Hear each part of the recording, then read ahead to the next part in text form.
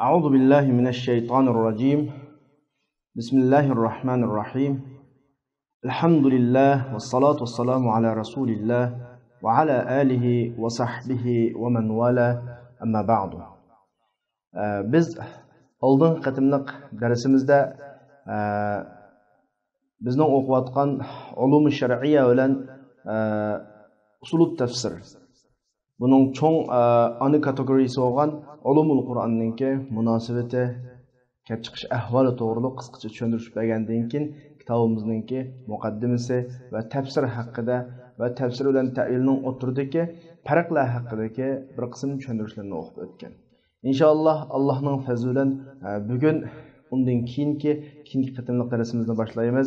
Ya'ni bugungi darsimizning asosiy mazmuni kitobimizning ikkinchi temasi bo'lgan Nash'atu ilm tafsir va marahiluhu. Ya'ni tafsir fanininki paydo bo'lishi va uning bosqichlari haqida. Endi biz oldingi soatlik darsimizda paydo deb o'tganimizdek tafsir Peygamber aleyhisselamga tunji kelime olan iqra tushgan vaqtdan tatib tafsir boshlangan.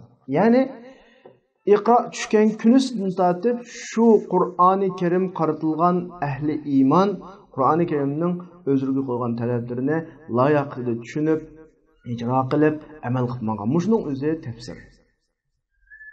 Ama Resulullahning davridagi Qur'onga bo'lgan tushuncha qoida prinsip ramkisi Rasululloh dunyodan ketgandan keyingi sahobalarning davridagi tushuncha prinsip qoida ramkilari va undan keyingi tabiinlarning davri va shuningga ergashib keyingi islom ilmiychiligida paydo bo'lgan yeziqchilik asrlaridagi bu tafsirga tutgan muomala, pozitsiya, tafsir qilish uslublari, yo'l qoidalari birisidan ancha-muncha farqlanadi. Bu sababdan biz bugungi darsimizda tafsirninki Rasulullohning davridagi boshlangan vaqtdan tortib ta keyingi bizga yetib kelganga qadar umumiy bosqichlarining alohidligi, har bosqichlardagi qo'llangan prinsiplar haqida so'zlaymiz. Oldi bilan biz tafsirning bosqichini cho'ng jihatdan 4 bosqichga bo'lib olamiz. Birisi at-tafsir fi ahd ar-rasul sallallohu alayhi va sallam. Yani Rasululloh sallallohu alayhi va sallamninki hayot vaqtidagi tafsir bosqichi. Yana birisi at-tafsir fi ahd as-sahaba. Yani sahaba radhiyallohu anhumlarninki davridagi tafsir bosqichi. Yani Rasululloh dunyodan ketgandan keyingi amaliyotda sahobalarning Rasululloh dunyodan ketgandan keyingi tafsirga tutgan muomalasi Rasululloh bu vaqtdagi tafsirga tutgan muomalasidan alohida ko'p farqlanmaydi. Üçüncüsü at-tafsir fi ahd at-tabi'in. Yani sahabalardan keyingi tabiinlar davridagi tafsirdagi o'zgarishlar, tafsir qoidalarining mukammallashishi, ilmiylashishi va shu vaqtda paydo bo'lgan bir qism masalalarga qarata Qur'oni Karimdan tushuncha olish, shu masalalarning shishimlarini hal qilish choralarini Qur'oni Karimdan izlash sabablik paydo maydonga kelgan Qur'oni Karimning tafsir qilish xil shakllari so'zlanadi. Uchinchisi islom ilmiychiligidagi, islom tarixidagi ilmiychilikdagi yezilish davrida butun palla yezilishga boshlangan bir davr bo'lgan, shu davrdagi tafsirdagi o'zgarishlar, tafsirda o'tgan bosqichlarni inshaalloh so'zlaymiz. Endi Payg'ambar alayhisalom davridagi tafsir bosqichlarini so'zlab kelsak, biz oldingi qatim tafsirining paydo bo'lish, maydonga kelish haqida tushuntirish berganimizda ozroq tushunib o'tgan sahobalar Qur'oni Karimni tuvandagidek 4 alohida yo'l bo'yicha tushunibdi. Birisi sahobalarni qurshab turgan umumiy muhit, ular hozir bo'lgan umumiy ko'rinish, undan keyin Qur'oni Karimning asbabun nuzul Mushu ahvolatlarninki yardım bilan sahobalar Qur'oni Karimni o'zligidan tushunibdi. Yani birincisi min az-zuruf al-muhita bihim wal mashahid allati shahaduha ve asbabun nuzul. Çünkü sahabalar Resulullah'a 23 yıl hemra oluş jarayonida Müslümanlarning başıga kelgan musibatlar, aldığı kelgan hal qilish, uni kutib turgan masalalar, javob kutayotgan savollar va musulmonlarning shu vaqtdagi amaliy sharoiti taqozo qilayotgan bir qism masalalar Qur'oni Karimda o'tirib qo'yilgan bo'lg'achqa, Qur'oni Karimda kelgan bu fikr ularning shu davr ehtiyojiga naq udil kelgan bo'lg'achqa, buni birisi tushundi, musulmon tabiiyan tushundigan. Ikkinchisi, Qur'oni Karim ifodalashda shu sahobalar so'zlashayotgan, sahobalarning davridagi arablar qo'llanayotgan til uslubi, til shakllari, til qoidalarini ishlatgan bo'lg'ach, tilga munosabatlik, til uslubiga munosabatlik, masalan Qur'oni Karimdagi am xos masalasi, mutlaq muqayyat masalasi, haqiqat majoz masalasi, shunga o'xshagan tilga munosabatlik prinsiplar, tilga munosabatlik oyatning tushunchaları sahobalarga nisbatan ularning tabiiy til xarakteri bilan qanaqalikda tushunildi. Bu ikkinchi ahvol. Üçüncü ahval, sahabalar 23 yıl Peygamber Aleyhisselam'a hemrah oluş jarayonida dinning umumiy ruhiy prinsiplari, Qur'oni Karimni tushunish qoida prinsiplari sahabalarda ma'lum darajada o'zlashgan bo'ldi. Mana bu xil malakat bilan Alloh bergan bu xil ixtiyor bilan sahabalar Qur'oni Karimni tushungan. Yuqoridagi 3 yo'l sahabalarning Qur'onni o'zligidan tushunishga turtqiladigan yo'l. Andaki ma'nondan halqaga vaqtida, ya'ni ma yuqoridagi 3 yo'llar bilan tushunmagan vaqtida, andan keyin sahabalar Peygamber Aleyhisselam'dan so'raydi, yoki Rasululloh ular so'musim o'zligini tushuntirib qo'yadi. Mana ma'o 4-chi sahabalarningki Qur'onni tushunish, esa asosiy qo'llangan uslub yo'llarning birisi. Demek sahabalar Resulullah'ın davrida murtad yo'llar bilan tushuntiradi. Buning ichida Resulullah'ningki bayoni eng oxirida, ya'ni yuqoridagi sharoitlar bilan tushunmagan vaqtida sahabalar shu tufayli Resulullah'dan so'sa yoki Rasululloh shuning tushunchisini bilishga ehtiyoj bor deb qarasa, sahabalar tushuntirib qo'yadi. Dal bizningki birinchi bosqichda Resulullah'ning davridagi Qur'oni Karimning tafsiri degan bosqichda so'zlamoqchi bo'lgan masala shu. Andoz kitob qaraylik. نشأة علم التفسير ومراحله. علم التفسير ننكي پیدا oluş ve o tefsir ننكي قدم basqışları. جرت سنة الله تعالى في إرسال الرسل وإنزال الكتب أن يبعث لكل أمة نبيا بلسان قومه وأن يكون كتابه بلسانهم. إن الله سبحانه وتعالى peygamberlerine avatish, kitaplarını tushirishdagi bir prinsipdan birisi her milletke özünün, aşu milletninki qavmining tili bilan payg'ambar avatish va shu millatning kitobininki, shularninki yoki shu payg'ambarning kitobininki shu qavmning tili bilan bo'lish bu Allohning qonuni edi. Burundan tortib payg'ambarlar o'z ahlining tili bilan mana shu vaqtda shu millatning ichidan olib kelgan kitoblar shu millat o'qisa tushunadigan kitob bo'lib kelgan. Ama Peygamber Aleyhisselatü Vesselam bütün dünyaya umumiylik Peygamber olup gelgen vaxtıda Allah şu Peygamber Aleyhisselam'ını dünya milletlerinin içindeki Arap milletinden ve Peygamber Aleyhisselam olup gelgen kitabını Arap dilinden buluşunu Allah halide. Bu Allah'ın fazli, fazlullahi yu'tihi men yasha. Ve ma arsalna min rasulin illa bilisani kavmihi liyubayna lahum. Yani Allah ayette her qandaq bir peygamberni avatsaq, her qandaq bir rasulni avatsaq, şu rasulning qavmining tilidan avatdiq. Mishqa peygamberning vazifasi Allah tushirgan buyruq cheklamalarni aşıq qavmlarga qanaqa qilish, bayon qilish deb ma ayette peygamberlarning şu qavmining tilidan keldiganligini bayon qildi. وزهر محمد صلى الله عليه وسلم في جزيرة العرب وأنزل الله عليه القرآن بلسان قومه اللسان العربي إنا أنزلناه قرآنا عربيا لعلكم تعقلون. وقال تعالى نزل به الروح الأمين على قلبك لتكون من المنذرين بلسان عربي مبين. محمد صلى الله عليه وسلم Arab yarım arılıda meydana geldi. Allah Muhammed Aleyhisselam'a Kur'an'ı şu Muhammed Aleyhisselam'ınki til kavminin tili olan Arap tilinden çıktı. Bunu Allah Kur'an-ı Kerim'de bayan kılıp inna enzelnahu Kur'anen Arabiyyen leallekum ta'qilun. Yani biz Kur'an-ı Kerim'de Arap tilde çıktık. Sizlerin düşünüşünler için. Yeni bir ayette Allah nezele bihir ruhul emin ala kalbike litekune minel munzirin bilisanin arabiyyin mubin. Yani ma ayette Allah Kur'an-ı Kerim'de Arap tilinden nazil kılganlığını bayan kıldı. Hem de biz özümüzden gibi gelsek, Qur'oni Karim kishilarning tushunishi, amal qilishi, ijro qilishi tushgan bo'lg'achqa, bular buni tushunish kerak-da. Ana sahobalar qanday tushunadi? Men bayatning darsining boshida deb o'tganimdek, "Va kana al-qawmu araban khullas", ya'ni Şu vaqtdagi kishilar, al-qavm yani sahabalar demekçi, sab arab bulup yefhamunal Qur'an bi muqtada as-sariqat al-arabiyya wal lisan al-arabi. Arab til xarakterining taqozosi va arab tilining taqozosi bilan Qur'oni Karim uchun. Chunki Qur'oni Karim shular ishlatayotgan til uslubini ishlatgan. Shular so'zlashayotgan tildan tushgan. Qur'oni Karimda qo'llanilgan qoidalar ular so'zlashayotgan shu vaqtdagi tilning o'zining qoidalari. Lekin annal Qur'an ya'lu ala sa'ir kalam al-arab bi alfazihi wa asalihi al-lughawiyya wal balaghiyya. Lekin Qur'oni Karimning bir o'xshamaydigan tarafi odatdagi arabcha kitoblarga. Qur'oni Karim arablarning qolgan so'zlariga o'zining til, balog'atlik uslublari va alfozlari bilan va undan boshqa ondan boshqa o'zining alohida ma'nolari bilan alohida ustun turadigan bo'lg'achqa biz bayat qilgandek sahobalar o'zining atrofidagi muhit bilan Qur'oni Karimni tushunsimi, asbabun nuzuldan Qur'oni Karimni tushunsimi va arab til taqozosidan tushunsimi, Rasululloh o'zining hamrohligidan tushunsimi, yana tushunmaydigan bir taraflar chiqadi.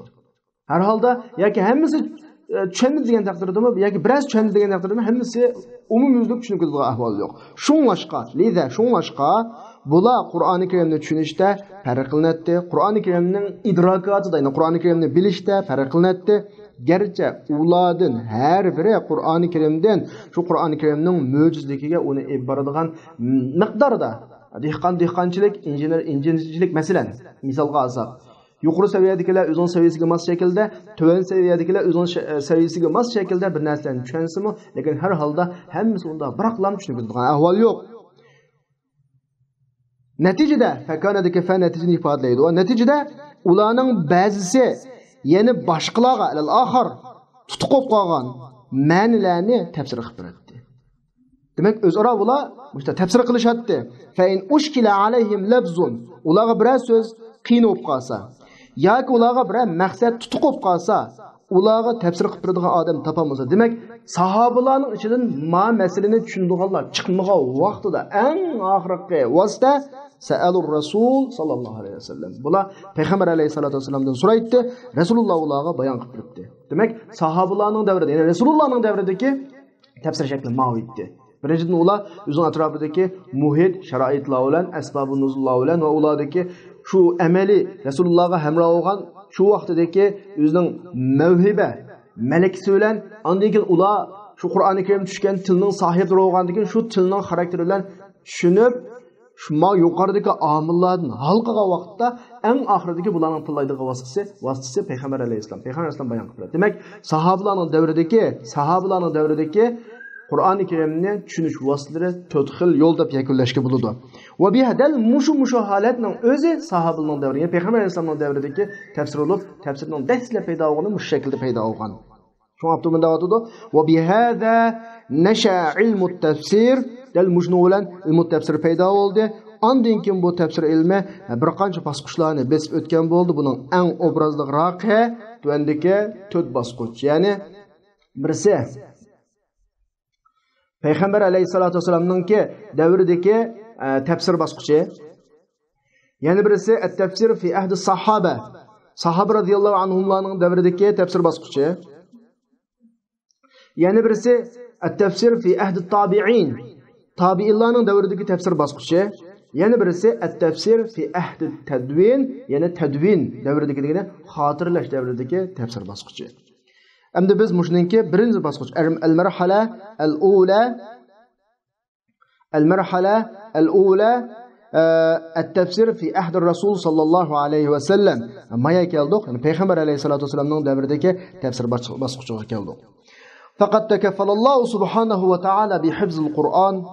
Inna nahnu nazzalna adh-dhikra wa inna lahu lahafizun. كما تكفل لنبيه محمد صلى الله عليه وسلم أن يجمع القرآن في صدره. Yani Allah subhanahu wa ta'ala Qur'oni Karimni saqlashga o'zininki biz Qur'oni Karimni tushundik, biz uni qo'g'daymiz degan so'zi orqali kepillik berdi. Ya'ni Qur'on ilgirki kitoblarga o'xshash shu ummat joyida saqlay olsa saqlanadigan, agar saqlanmagan vaqtda zayo ketadigan manda xarakterda emasdi. Ve yani şundaqla kema takaffala li nabiyhi o'zining payg'ambari Muhammad alayhisalomga Qur'oni Karimni uning qalbida to'plab birishga kepillik verdiki, Rasululloh savozsiz o'qimagan bo'lg'achqa unutulib qilish ehtimoli yoki yo'qitib qo'yish ehtimolini Alloh nazardan saqit qildi. La tuharrik bihi lisanaka lita'jala bih inna alayna jam'ahu va qur'ana. Ondan Allah bu ikki xil kafalatni bilib bo'lgandan keyin yana Muhammad alayhisolatu vasallam, o'zining payg'ambari Muhammad sallallohu alayhi vasallamni o'z o'zining qavmiga lahum ularga Qur'oni Karimni tafsir bayon qilib berishga taklif qildi. Va ularga Alloh subhanahu va taolo tushirgan Qur'oni Karimni bayon qilib berishga taklif qildi. Ayyubayyina lahum va ayyufassira lahum. Bayon qilib berish va tafsir qilib berishga taklif qildi. Alloh subhanahu va taolo o'zining payg'ambari Muhammad alayhisalom xitob qilib aytadi: "Va anzalna ilayka zikra litubayyana lin-nas ma nuzila ilayhim va la'allahum yatafakkarun." Ya'ni biz sizga zikrini berdik degani diniy tushunchani yoki hadislarni berdik. Nishqa kishilarga tushirilgan Qur'oni Karimni ularga qanday berishingiz uchun, bayon qilib berishingiz uchun. Shunlashqa biz bayatni degan 4 bosqich shu. Yani sahabalar, Peygamber davrida sahabalar Qur'oni Karimni tushunishda qo'llangan 4 dona vosita shu. Shunlashqa sahaba radhiyallohu anhumlar ularga Qur'oni Karimdan tushunchisi qiyin kelib qolgan o'rinlarda fima ushkila alayhim fahmuhu min al-Qur'on o'rinlarda Rasulullohga murojaat qiladi-da, Rasulullohning qishidan al-javob ash-shafi, ya'ni yetarlik javobni topatdi. Demak, masala shu. Endi Peygamber Aleyhisselam'ın davrida sahabalar Qur'oni Karimni tushunish vositasi biz bayatni degandak 4 bosqich. Bunun ichidagi Rasulullohning sahabalarga Qur'onni tafsir qilib beradigan bosqichi sahabalar eng oxirida murojaat qilgan bosqich yoki eng oxirida murojaat qilgan vosita. Endi ulamolar Rasululloh Qur'oni Karimdan tafsir qilgan miqdor haqida ixtilof qilishgan bo'ldi. Va qad ixtalafa ulama fi miqdor ma fassarahu ar-rasul sallallohu alayhi vasallam min al-Qur'on ila qawlayn. Ikki xil fikrga kelgan bo'ldi, ikki xil fikrda. Bu asli ma ixtilofga kelishdan ilgirlab bizning kallamizga tushuncha kelib bo'ldi.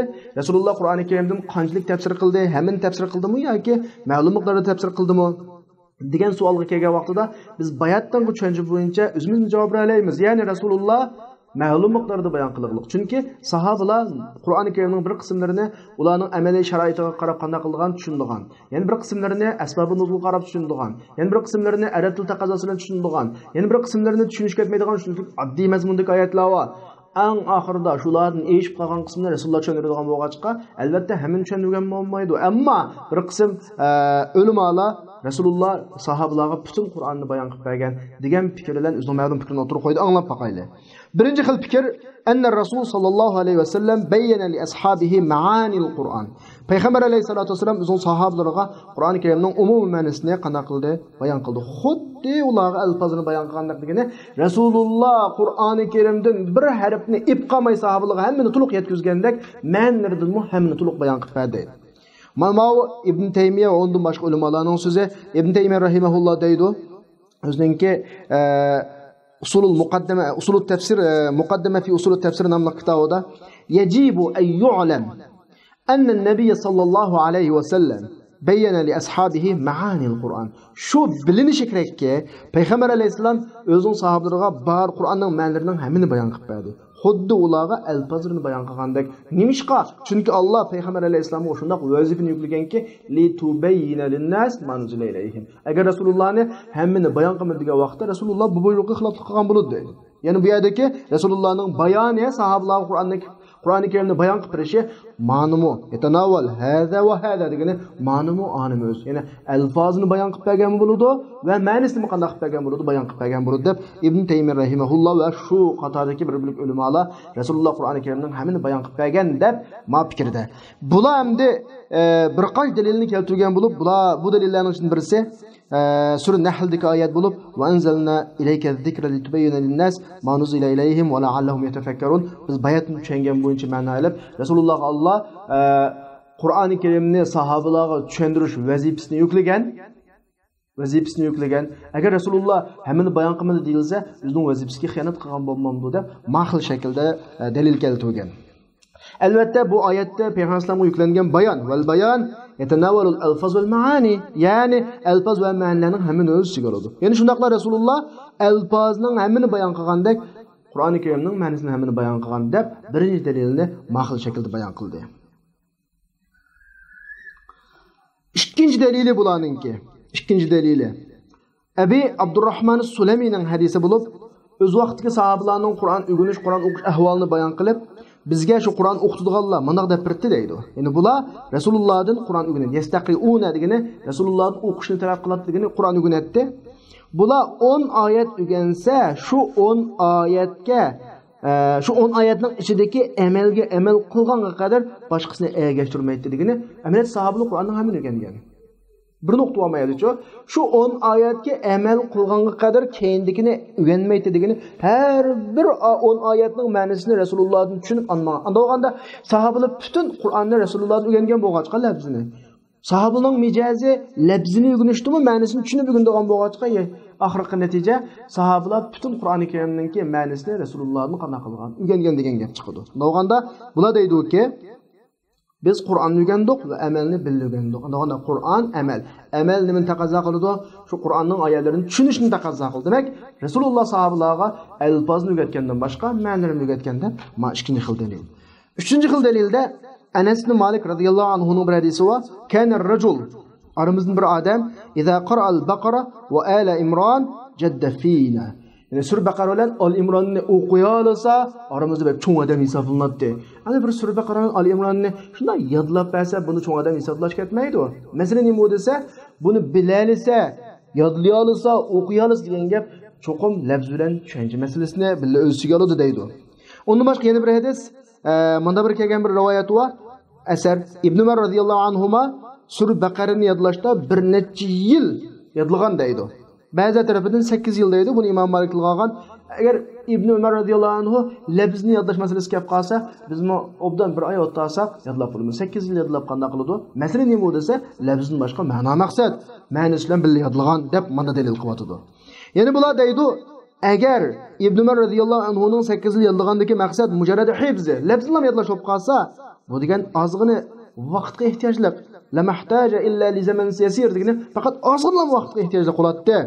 Ammo 8 yil yodlaganligi shuni ifodalaydi-ki, bu yerdagi maqsad Qur'oni Karimning ma'nosini qanday qilish, tushunish maqsad. Ibn Umarning 8 yil vaqtini Baqaraga sarf qilganligi labziga emas, balki labzi va ma'nosi har ikkalasiga maqsad qilganlik deb, ma 3-chi dalili ma u. 4-chi dalili bular deydi-ki, aqliy dalillarning 4-chi dalili-chi, har qanday ma'nosini tushunishdan maqsad qilingan inna kulli kalam har qanday gapdan maqsad ma'nosini tushunish. Labzisiz degani labzdan emas, ma'nosini tushunish. Odatda normal xat yozgan kitoblarningmi biz ma'nosini tushunmasdan labzini qana qilmaymiz, o'qimaymiz odatda. Chuqur maqsad ma'nosini tushunish. Albatta Qur'on bu nuqtada texmi avla. Odat bir qavmning ma'lum bir pallardan bir fan sohasiga bir kitobni o'qib, masalan, tibobat, matematik degandek, uni izohlamaslikni odatda u ishni e'tirof qilolmaydi, aqlga sig'maydi u ish. Unda o'g'ayada Allohning kalomi, ya'ni insonlarning ismi to'g'an, insonlarning nijotli qo'ygan, insonlarning saodat to'g'an, din dunyosining asosi bo'lgan Qur'oni Karimga unda muomala qilish qanday to'g'ri bo'ldi? Ya'ni labziga istivalib ma'niga isilmaslik. Payg'ambar alayhissalom labzni o'rgatdi, ma'nisini o'rgatmadi deyish, bu qanday qilg'isiqdi deb aqli 4-dalil manda deb o'tirib qo'ydi. Endi ikkinchi firqaning ko'z qarashi, ya'ni bayatinqi birinchi ulamolar, birinchi ko'z qarashdagi ulamolar Rasululloh Qur'oni Karimning hammini bayon qildi emasmi? Ikkinchi ko'z qarashdikilar qolat toifa, bir bo'lik ulamolar deyotdi. Payg'ambar alayhisolatu vasallam sahobalarga faqat oyat ma'nolarini ozg'inisini bayon qilib berdi, buni deyotdi. Bular birinchi dalilni dalil qilgan bo'ldi. Birinchisi Aisha radhiyallohu anhadan kelgan bir hadisda kelgan bir so'zning birisi bor. Bu hadisda Aisha radhiyallohu anha deydi, Payg'ambar alayhisalom Qur'oni Karimdan sanoqliq oyatlar ayam bi'adad degani sanoqliq oyatlarni tafsir qiladi.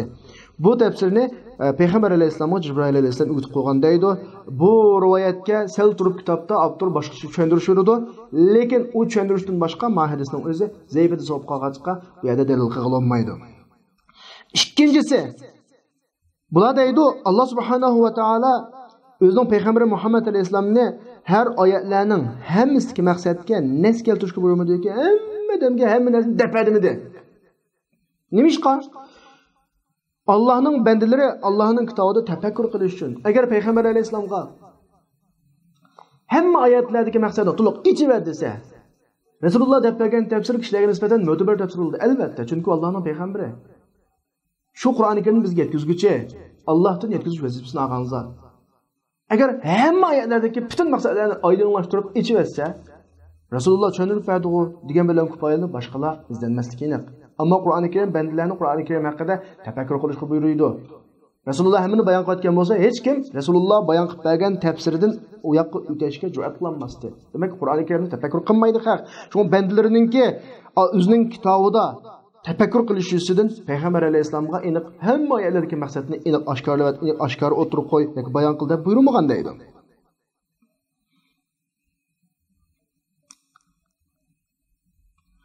Va Rasululloh ma'nosini aniq o'tirib qo'ymagan o'rinlardagi maqsadlarni bilish alomat dalillar bilan yakunlab chiqariladi. Mana shu nuqtadan Alloh o'zining payg'ambarini butun maqsadlarni boshqalarga bayon qiladi deb buyurmadi. Bu ularning ikkinchi dalili. Mana bir qadar aqlga muvofiq dalillar. Uchinchisi, bular deydi, agar payg'ambar alayhisalom, ya'ni ikkinchi dalilning asosan qo'shimchasi dalil ekan, agar payg'ambar alayhisalom Qur'oni Karimning ma'nolarining hammani bayon qilayotgan bo'lsa, Rasulullohning Ibn Abbosga qilgan duosining hech qanday bir ahamiyati bo'lmaydi. Qanday duo u? Allohumma faqihu fid-din va allimut ta'wil. Rasululloh hammani bayon qilib berdi degan gap, sahobalar Qur'oni Karimning chanisida barobar degan gap. Rasulullohning Alloh Ibn Abbosga ma'noga ta'vilni o'rgatishlar, tafsirni o'rgatishlar deb Allohga duo qilishning ahamiyati qolmaydi vaqtda. Chunki kishilar hammasi Qur'oni Karimning tafsiri haqida ala haddin sawa o'xshash bo'lib qoladi hammasi. Unda olganda Ibn Abbosning bu duo alayda xos qilishning ne ahamiyati olsun? deb ular uch xil dalilni o'tirib qo'ygan bo'ldi. Mavo ikkinchi bilik ulamolarning ko'z qarashi. Endi Abturning ko'z qarashiga kelsak, Abtur deydi, ar-ra'yur rajih, ya'ni mening yuqoridagi fikrlardan ikki xil, Qur'oni Karimdan Rasulullohning tafsir qilib bergan doirasi haqidagi o'tirib qo'ygan ikki xil fikrdan tanlaydigan fikrim nima desa, vallazi arahu, men to'g'ri deb qaraydigan fikr, anna Rasul sallallohu alayhi va sallam, ya'ni payg'ambar alayhisalom Qur'oni Karim oyatlarining hammani bayon qilib bermagan. Va yana batning oxirida ko'rsak, kama annahu la yasihul qawl bi anna ar-rasul lam yufassir li ashabihi illa al-ayat al-qalila. Yani shundaqla payg'ambar alayhisalom sahobalarga ozgina oyatni tafsir qilib berdi deyishmi? Ham to'g'ri emas. Ma Abturning ko'z qarashi. Yani Rasululloh Qur'onning hammani bayon qilib bermadi va ozmi bayon qilmadi, balki hali ko'p sonliqdagi, ko'p miqdordagi oyatlarni bayon qilib berdi degan ko'z qarash Abturning ko'z qarashi. Abturning dalili nima desa, chunki oyatlarning ichidan minal ayat ma yarji'u fahmuha ila ma'rifati kalam al-arab. Oyatlarning ichidan uning tushunchasi arablarning so'zlarini, arabchini bilishga munosabatlik bilishga qaytadiganlari va Qur'on ularning tilidan tushdi. Ma'noga o'xshash oyatlar Rasulullohning bayoniga ehtiyojli emas. Sahobalar til egilib o'g'ach, tabiilam tushunadi. Mandaqlarni bayon qilmagan deyalaymiz. Undan boshqa oyatlarning ichidan minha ma yatabadaru fahmuhu ila al-azhan li zuhuri va bayani. Oyatlarning ichidan uning oshkora uch qo'g'onlik uchun kallaga tiz keladigan, anglab bo'g'ib tushunadigan kutiba alaykumus siyam. Darhallam tushunimiz endi. Mandaq hukmdagi oyatlar bor, bunda oyatlarmi fala yahtaju ila bayan. Ya'ni bularmi bayonga ehtiyoji yo'q. Hurimat alaykum ummahatukum, buni har bir normal odam onanglar sizlarga harom qilindi desa, hatto arab emas ajamlarga shunday tarjimani qilib bersin, darhol tushunadi buni. Masalan bu oyatning naq kallamizga keladigan ma'no, fal mutabadir kallamizga keladigan ma'no va dining haromligi kallamizga undan boshqa ma'no kelmaydi ma'runda. Va la yatabadaru ila zihni ghayruhu, undan boshqa ma'no kelmaydi. Uchinchi dalil shu oyatlarning ichidan Allah o'zining bilimiga tanlagan bilimlar mazmunlar va degani bandalarga uqtamaydigan, bandalarningki tasavvur, aql doirasi unga yetmaydigan masalalar va masalan qiyomatning bo'lishi, ruhning xarakteri va undan boshqa g'ayb ishlar.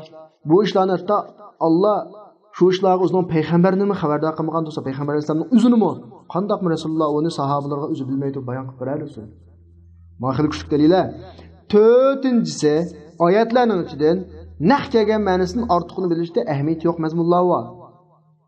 Va uning orqasidagi mazmunlarni bilishda foydasi yo'q mazmunlar bor. Masalan deyli, Qur'oni Karimda Alloh bizlarga ibrat uchun har xil voqeliklarni so'zlagan. Shu voqeliklarning birisi Ashabul Kahfning voqeasi. Unda nurg'un ibratlar bor.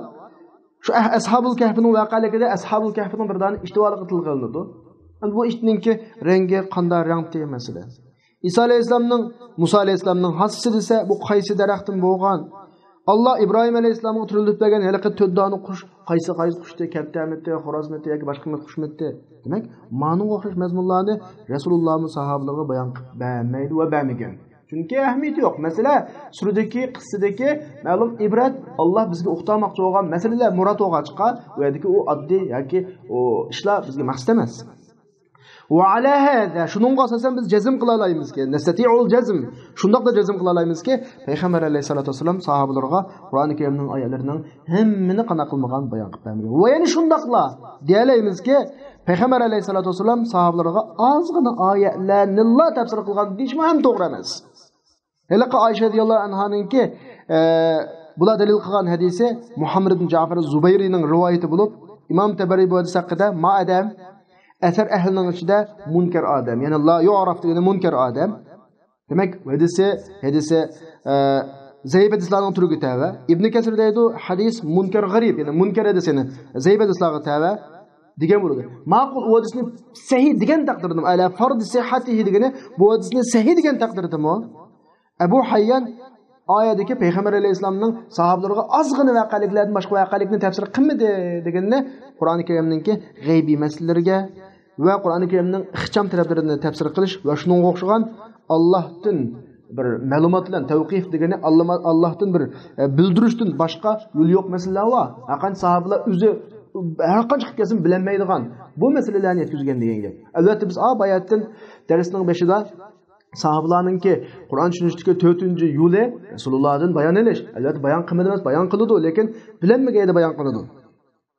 Demak, endi ma rivoyatlarni rad qilish, buzishda Rasulullohga marfu bo'lgan sahih kitoblarda nurg'un rivoyatlar va ma fikrni rad qilishda Rasulullahning ko'p qismini bayon qilganligi, ma'lum qismini qanaqdir Qur'oni Karimdan Rasulullohning bayon qilganiga oz emas ekanligi haqida shunga bizmi shu xil fikrni tarjih qilamiz.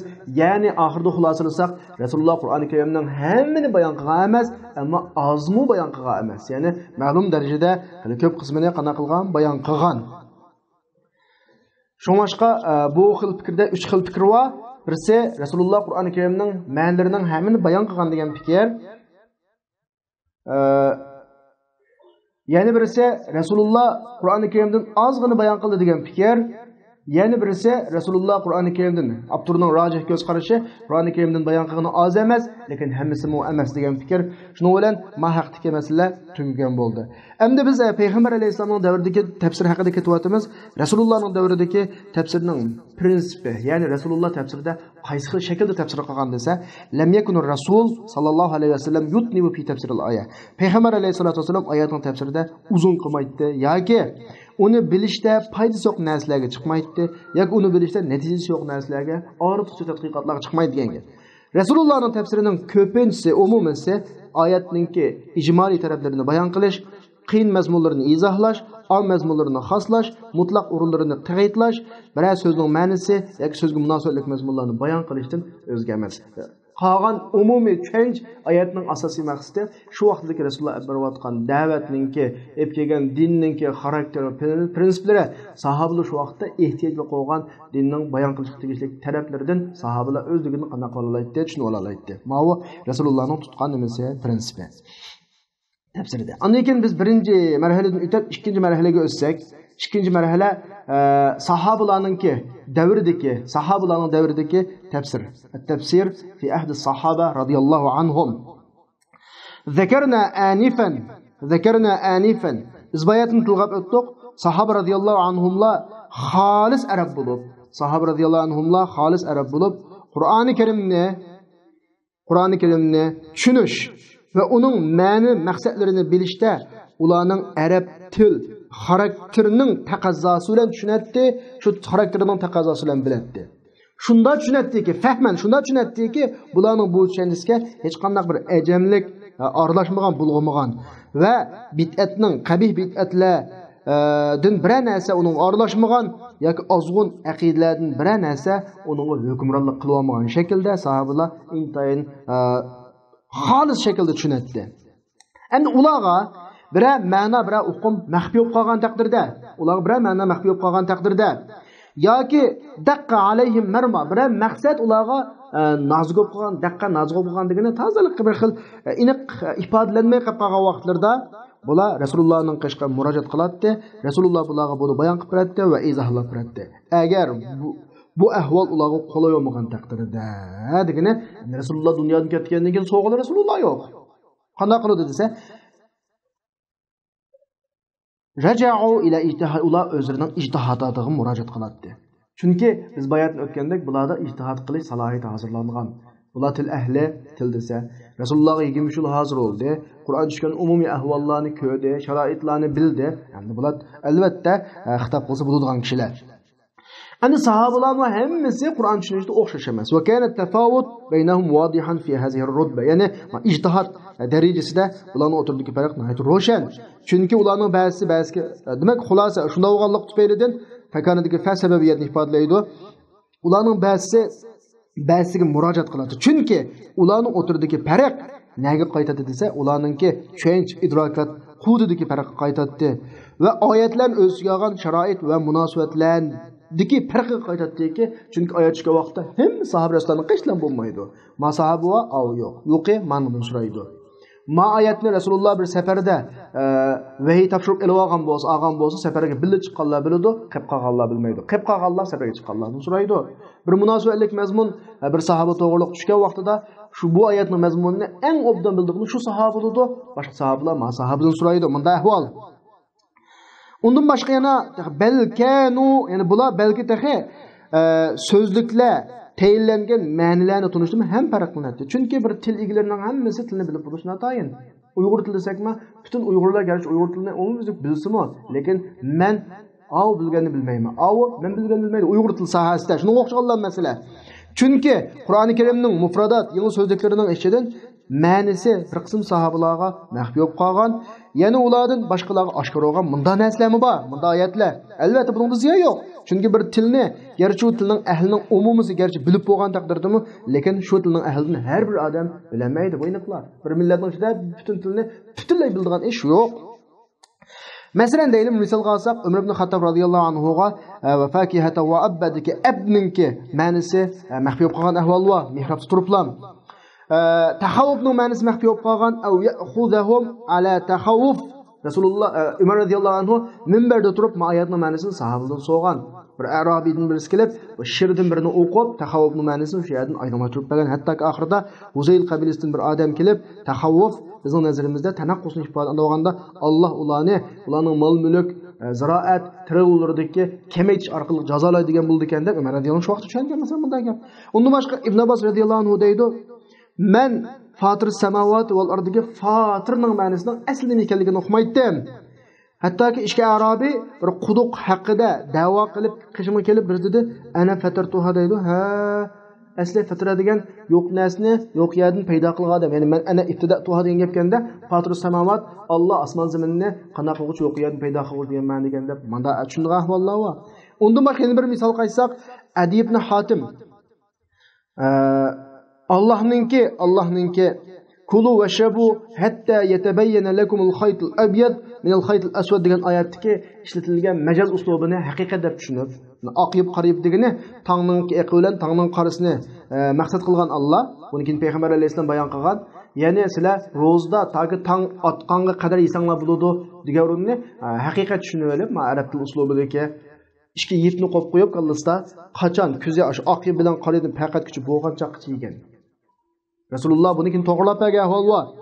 Bu o'zining beshining qishida bir iqol abiyad degani oq og'amcha va qor og'amcha qo'yib qo'yib, manda zo'ygan ahvollar bor, so'hurlikni.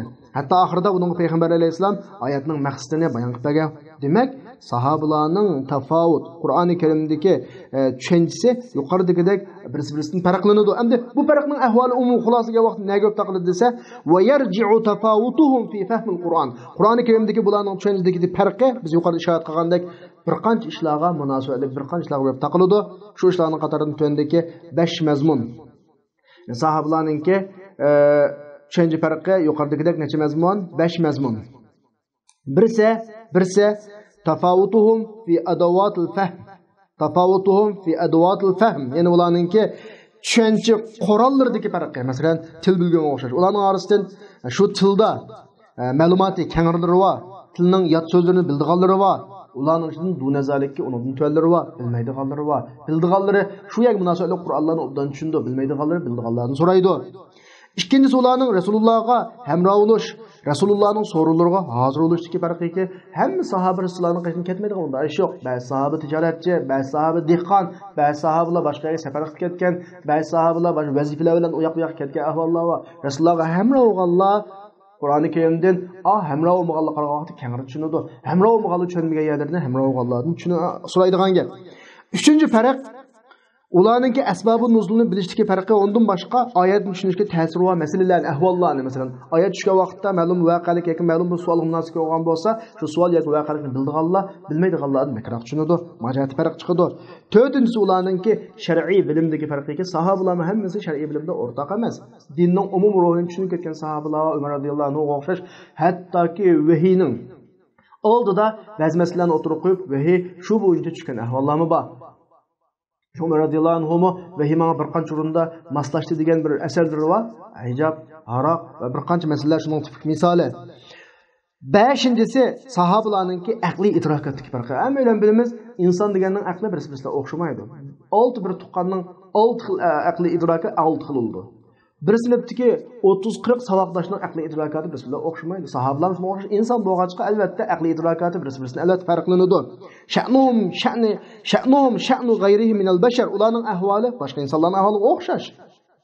Demak, kullu hada yuqoridagi 5 xil sabab va g'ayruhu va undan boshqa sabablar kana yuqoridagi sabablar ularning Qur'oni Karimni bilish va Qur'oni Karimni tafsir qilishdagi farqlarining asosiy sabablari. Shunlashqa Masruq rahimahulloh deydi: "Jalastu ashaba Muhammadin sallallohu alayhi vasallam." Men Muhammad alayhisolamning ashablari bilan ham suhbat o'tib, ularning ilmiy so'rovlarida o'tirib baqdim.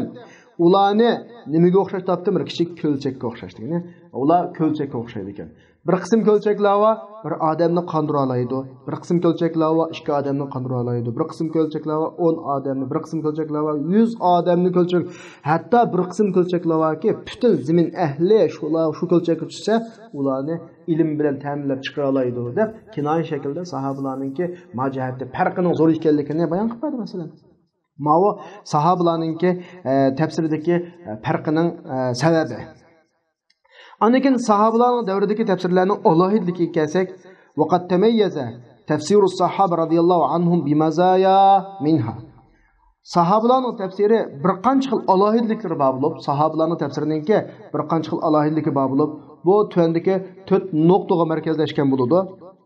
Birisi qillatul akhzi bil isroiliyat. İsrailiyatlarni az elish. Buni sal turib tushundiraman. Ikkinchisi sahobalarning tafsiri lam yakun tafsiruhum yashmilul Qur'ana kullah. Sahobalarning tafsiri Qur'oni Karimning hammani qana qilmaydi, o'z ichiga olmaydi. Uchinchisi sahobalar tafsirida zo'muzo sun'iylarcha qilmaydi va mazmum tariqada ayblangudek darajada cho'nqurlamaydi. To'rtinchisi bular tafsirini ig'zoki ügütetdi, xatirlash nima azdi. Bu 4 xil boshqa davrlardan farqlanib turadigan alohidligi bor. Bunun birincisi İsrailiyatni azalish masalasiga kelsak, İsrailiyat degan nima desa, bilasizlar, islomdan ilgirgi samaviy dinlarninki agashkichli bo'lgan xristianlar, yahudlar iymon etib kirgan. U dinlarning kitobi bo'lgan Injil, Tavratlardami, masalan, ilgirki o'tgan ummatlarning qissalari, ba'zi bir tafsilotlar, ba'zi bir jarayonlar bor. Qur'oni Karim bizga ilgirki ummatlarninki qissalarini, tafsirlarini bayon qilishda faqat ibratlik nuqtalarni markaz qilib, muhim nuqtalarni markaz qilib bayon qilgan.